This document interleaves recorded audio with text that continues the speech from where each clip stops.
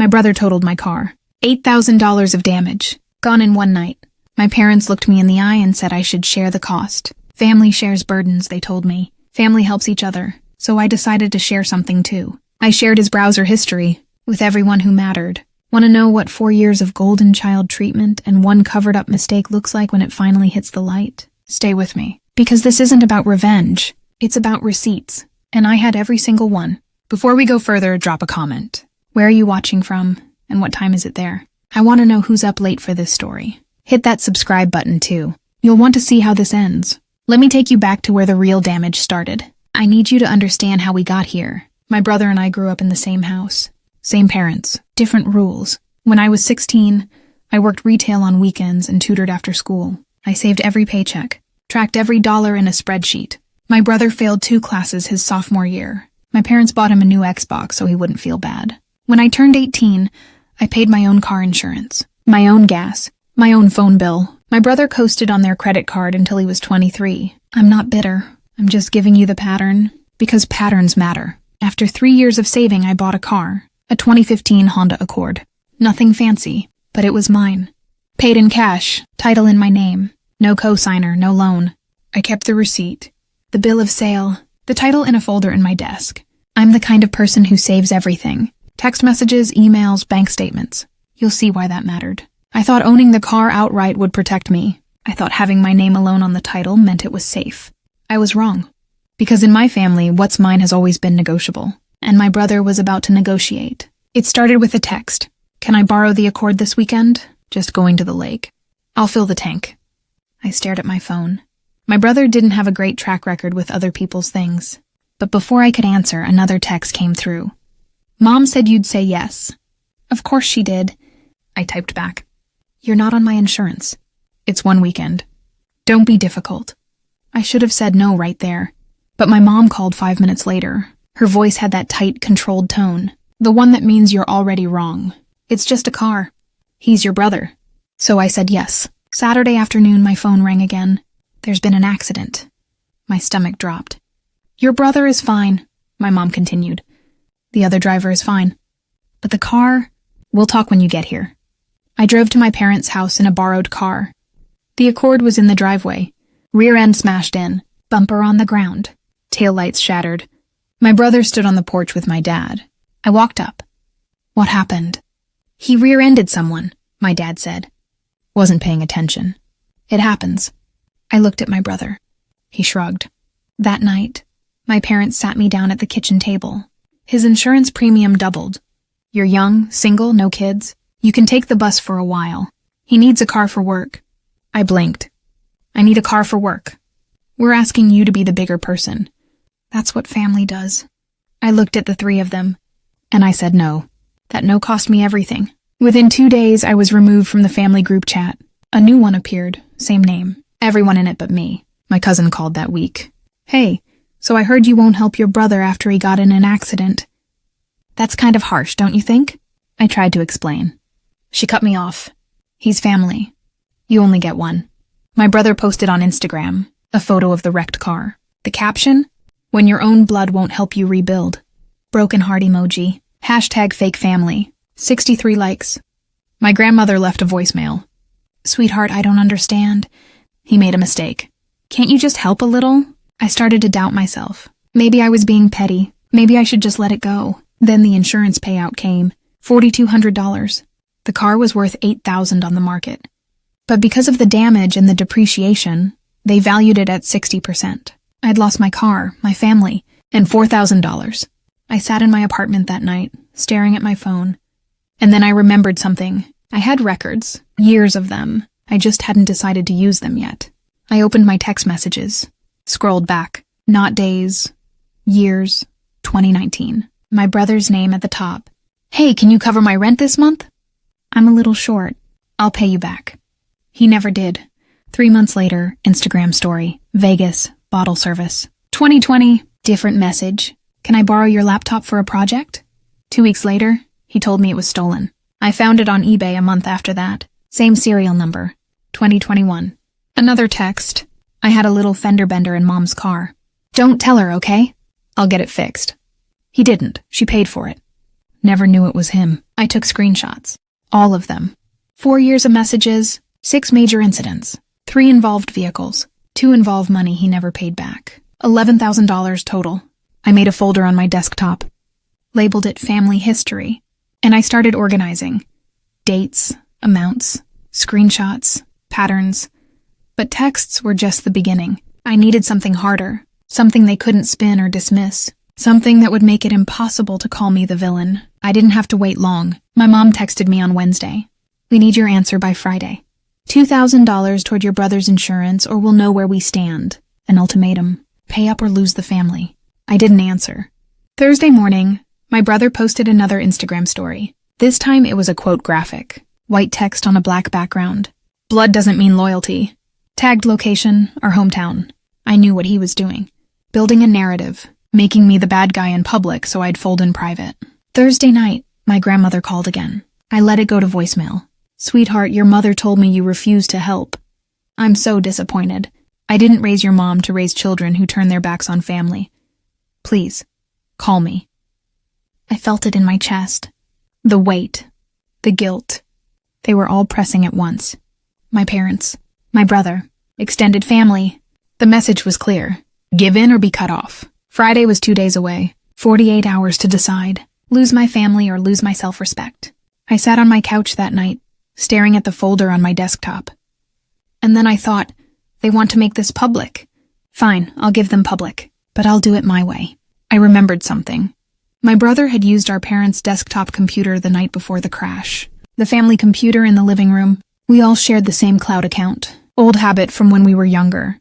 I logged in, checked the browser history, and there it was. 11:47 p.m. the night before the accident. Best dive bars near Lake Tamsin. 12:03 a.m. How long does alcohol stay in your system? 12:18 a.m. Can insurance tell if you were drinking? I sat back. He wasn't just careless. He was covering something up. I filed a public records request for the police report. It took 3 days. When it arrived, I read it twice. Officer's notes halfway down the page. Driver exhibited signs consistent with impairment. Coordination unclear. Refused field sobriety test. Refused breathalyzer. No arrest made. Crash cause. Inattentive driving. Excessive speed. He'd refused the test, which meant they couldn't prove it. But they suspected it, and now I had his search history from 6 hours before. I took a screenshot of the browser log. I saved the police report as a PDF, and I added them to the folder. Receipt number 2. I needed to understand why they were pushing so hard, so I made a call. I still had contact info from my old insurance agent, the one who'd handled my policy before the accident. I kept it simple. Hypothetically, what happens if someone on a family insurance plan gets a second at-fault accident? Or a DUI? She didn't hesitate. They get dropped. And depending on the carrier, sometimes the whole household gets dropped. I thanked her and hung up. Then I looked at my state's laws on DUI charges. Turns out, in my state, if new evidence surfaces, prosecutors can file charges up to 1 year after the incident. The pieces fell into place. My brother already had 1 at-fault accident on his record. This was number 2.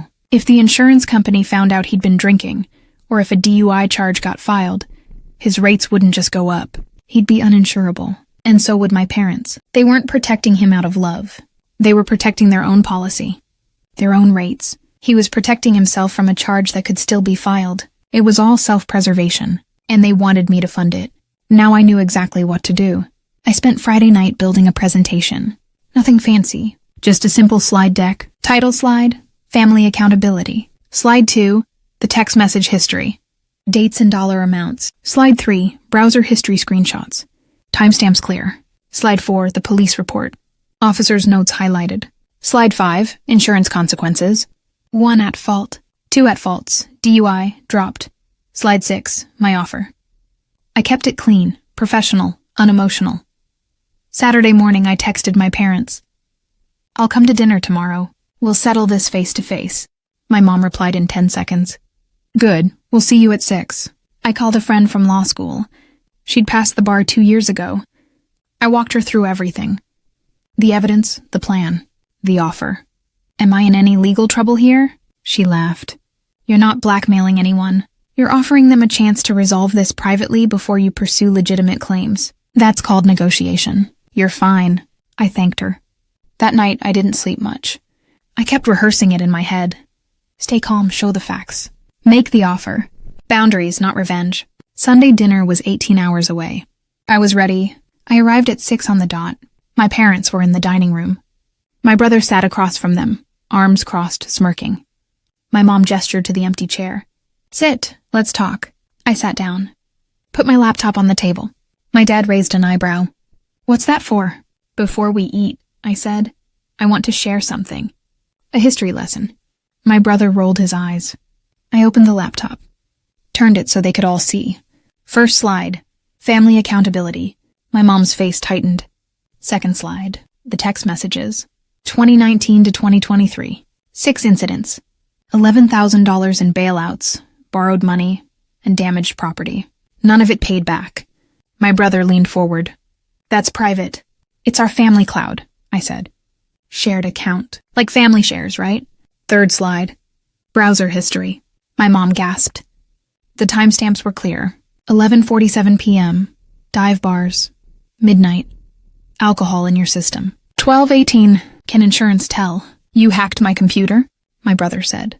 I logged into the family iCloud, I said. Same one we've used for years. You never logged out. Fourth slide.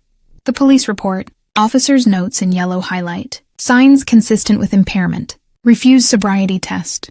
My dad's face went pale. The insurance company doesn't know about this yet, I said. But they will, unless we handle this right now. Silence. My mom looked at my dad. My dad looked at my brother. What do you want? My dad finally asked. $8,000. The market value of my car. You can pay in installments. I don't care, but I want it in writing. And if we don't? My brother said. I send the browser history and the police report to your insurance company Monday morning. I also file a small claim suit for the difference in the payout. And I let the rest of the family know exactly why I said no. My dad stared at the screen. Then at me. We'll pay, he said. But this stays in this room. I pulled out a payment agreement I'd printed. Sign it, and my records stay private. He signed. My mom signed. I closed the laptop. I'll see myself out. I left before dessert. The first payment cleared 2 weeks later. $1,333. Right on schedule. It took 6 months, but they paid every cent. $8,000. Exactly what I was owed. I used it to buy another car, a 2018 Accord, certified pre-owned. I put the title in a safe deposit box this time. My brother didn't speak to me for 3 months. When he finally did, it was short. Mom says I have to go to counseling because of the insurance thing. Good, I said. And I meant it. My parents made it a condition of keeping him on their policy. Counseling, plus he had to get a job that covered his own car payment. He did. For the first time in his life, he had consequences. Real ones. Thanksgiving came around. I went, but I rented a hotel room. I showed up for dinner, stayed 2 hours, left on my terms, polite, civil, boundaried. My mom tried to hug me at the door. I let her. But I didn't stay the night. A few months later, my grandmother called. I heard the whole story, she said. From your uncle. He saw the messages. I'm sorry I doubted you. I told her it was okay. Because I didn't need her to fix it. I just needed her to know. Here's what I learned. Boundaries aren't cruelty. They're clarity. Receipts aren't revenge. They're truth. And family isn't about obligation. It's about respect. I didn't win by destroying them. I won by refusing to be destroyed. The browser history wasn't the weapon. The truth was, I just made sure they couldn't ignore it anymore. So here's my question for you. Have you ever had to set a hard boundary with family? What did it cost you? And was it worth it? Tell me in the comments. I read every single one. And if this story hit home, if it made you think about your own lines in the sand, subscribe.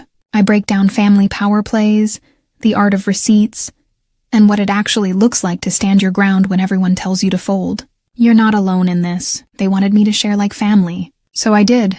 I shared the truth. This has been a fictionalized dramatization based on real themes. It is not legal or financial advice. Always consult a professional for your specific situation. Thanks for watching.